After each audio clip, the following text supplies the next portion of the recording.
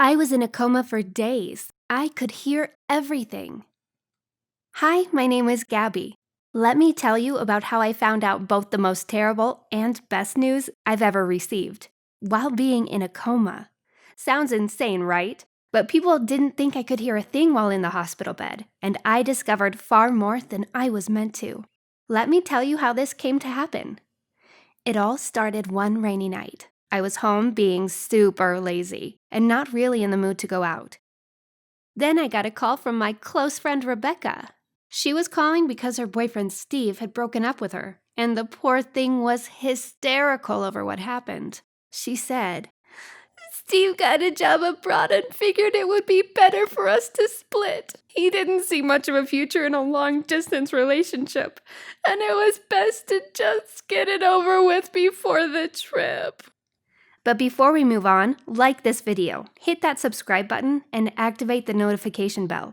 This will let you live 20 amazing years longer. Trust me, it works.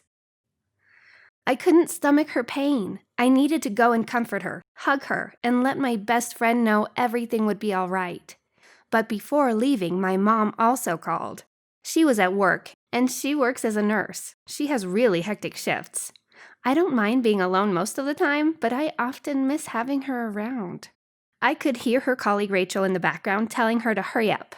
Apparently, one of their patients was having heart complications, so my mom had to really hurry up the call.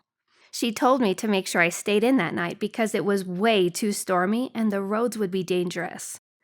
"Mom, I can't stay inside. I have to go visit Rebecca. She is heartbroken, just got dumped by her boyfriend." My mom wasn't having it. She immediately yelled, "No, you will not leave our home, Gabriella Montgomery. It is way too dangerous tonight. All the roads are slippery."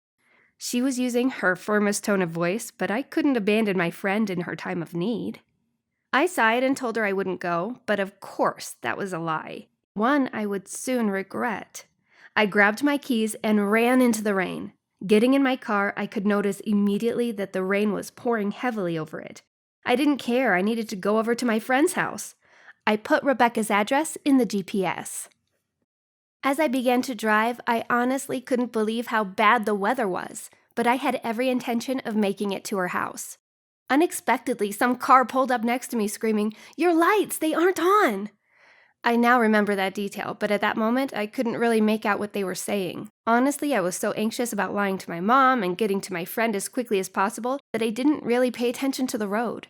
By the time I realized what was going on, I was heading into a ditch. I never saw it coming. It was all so sudden. Boom! I crashed. I could only hear my horn and windshield wipers. My eyes were shut and I couldn't speak, but I could hear everything around me. Not too long after lying there, in terrible pain, I began to hear sirens. I was immediately rushed to the hospital. Shockingly, I could hear the nurse's voice, and it was my mother's. I was embarrassed and heartbroken about not obeying her. She would keep screaming, "Stay with me, baby! Stay with me!"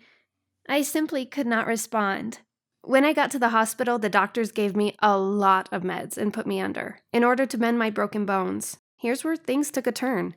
My mom believed I was in a coma, which is what the doctor told her. She cried and was in a terrible panic. She asked her coworker if she should contact my father and tell him about my condition. Now, this might seem like a no-brainer for you guys, but the thing is, I didn't know I had a father at all. She had told me at a young age that my father left us and that she has never had any contact with him since. Her colleague advised her it would be the right thing to do. Someone had contacted my friend Rebecca and told her the news. She rushed over just to see me. She sobbed and blamed herself for what happened to me. She was in shambles. Suddenly, in the distance, I heard her say, "What are you doing here?" Then I heard Steve's voice. Rebecca wanted nothing to do with him. He told her he had heard the bad news and came to show support. Rebecca was so upset that she left the room. I could hear Steve take a seat next to me, and someone held my hand. It had to be him. "I don't know what to say, but I hope you make it through. I know you can't hear me right now, but I love you. It's you who I always wanted to be with, not Rebecca. So that's why I had to leave her. It wasn't fair to keep leading her on. One day, I hope we can find a way to be together." He gave me a soft peck on the cheek and wished that I would recover soon.